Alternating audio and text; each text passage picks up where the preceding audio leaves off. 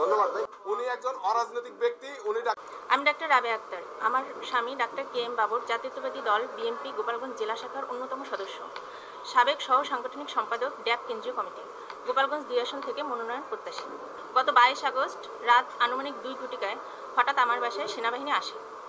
আমি তখন রাত দুটো ছোট বাচ্চাকে নিয়ে গভীর ঘুমে ছিলাম, কিন্তু তারা দরজায় বারবার নক করায় আমার ঘুম ভাঙলে আমি দরজার কাছে এসে দেখি সেনাবাহিনী।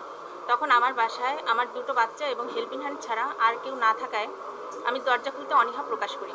আমার স্বামী ডাক্তার বাবরের কথা জানতে চাইলে আমি জানাই সে বাসায় নেই, তার ব্যক্তিগত কাজে ঢাকায় অবস্থান করছে, কিন্তু তারা বারবার দরজা নক করে আমাকে ফোর্স করে দরজা খুলতে।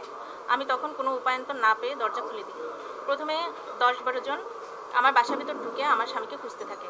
না পাওয়ার পর আমাকে বলে, আপনি এখানে, অর্থাৎ আমার ড্রয়িং রুমে থাকেন, আমরা বাসা তল্লাশি করব। এরপর হঠাৎ আরও প্রায় 40 থেকে 50 জন আমার বাসায় প্রবেশ করে রুম তল্লাশি শুরু করে। 4 থেকে 5 মিনিট পর আমাকে ডাকে এবং একটি কালো জিনিস দেখায়, আমাকে বলে এটা আপনার বাসায় পাওয়া গেছে।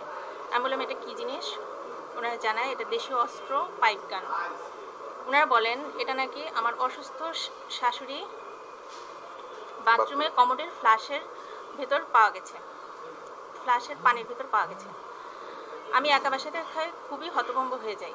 এরপর আরও তল্লাশি করতে থাকে। আমার লকারগুলো আমাকে খুলে দিতে বলে। আমি সব লকারগুলো সব খুলে দিই। সেনাবাহিনীরা বলতে থাকে এরকম আর কোনো অস্ত্র আছে কি না বলেন, ফোর্স করতে থাকে। আমি বলি আমি একজন ডাক্তার, আমি সারাদিন ক্লিনিক এবং চিকিৎসা সেবা নিয়ে ব্যস্ত থাকি, আপনারা যে অস্ত্র দেখিয়েছেন এটা দেখেই আমি অবাক হয়েছি। আমার স্বামী গোপালগঞ্জ 2 আসন থেকে মনোনয়ন প্রত্যাশী। গোপালগঞ্জ স্থানীয় পর্যায়ে তার ব্যাপক জনপ্রিয়তার কারণে কিছু কিছু প্রতিপক্ষ তৈরি হয়েছে। আমি ধারণা করছি এটা পরিকল্পিত এবং তাকে ফাঁসাতে প্রতিপক্ষ কোনো মহল এমনটা করেছে।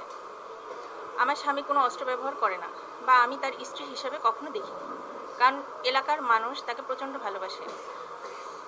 তখন তারা চলে যান।